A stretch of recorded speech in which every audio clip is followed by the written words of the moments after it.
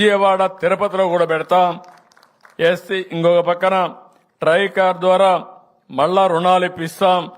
గతంలో ఇచ్చినట్టే ఇన్నోవా కార్లు కూడా ఇప్పించి గిరిజనులకు జీవనోపాధి కల్పించే బాధ్యత తీసుకుంటాం. గతంలో 81 గిరిజన హాస్టల్ని రెసిడెన్షియల్ స్కూల్స్ గా మార్చాం. ఇప్పుడు వీటికి కొత్త బిల్డింగులు కావాలి, అవి కూడా కట్టించే బాధ్యత ఈ ప్రభుత్వం తీసుకుంటాం. ఇది కాకుండా గిరిజన సమరయోధుల కోసం చింతపల్లి మండలం లంబసింగిలో తాజంగి గ్రామంలో ఏర్పాటు చేస్తున్న గిరిజన్ మ్యూజియం కూడా పూర్తి చేస్తాం. ఇంకో పక్క విలేజ్ సెక్రటరీలో చాలా మంది పనిచేస్తున్నారు ఏఎన్ఎంల కింద. వాళ్ళందరినీ ట్రైబల్ వెల్ఫేర్ స్కూల్స్ లో పెట్టి మీ పిల్లల ఆరోగ్యం కాపాడే బాధ్యత తీసుకుంటాం.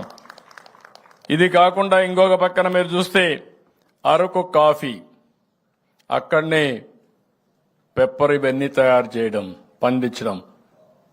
మీకు ఏమేమి చేయగలుగుతామో మీ ఆదాయాన్ని పెంచే మార్గం.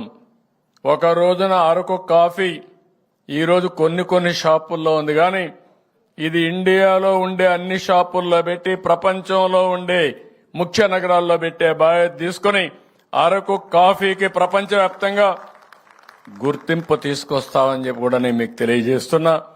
అందుకే ఇప్పుడే చెప్పాను, మొత్తం నాణ్యత ఎట్లా రావాలి, క్వాలిటీ ఎట్లా పెంచాలి, దానికి కావలసినటువంటి మంచి రకమైన కాఫీని ఇంకా ఎట్లా ప్రోత్సహిస్తాం.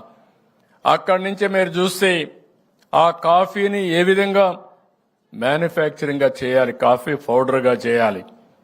అదే సమయంలో దీన్ని మార్కెటింగ్ ఎట్లా చేయాలో చేస్తాం. దీనివల్ల మీ ఆదాయం వాణిజ్య పంటల కంటే ఎక్కువ వచ్చే అవకాశం ఉంటుంది.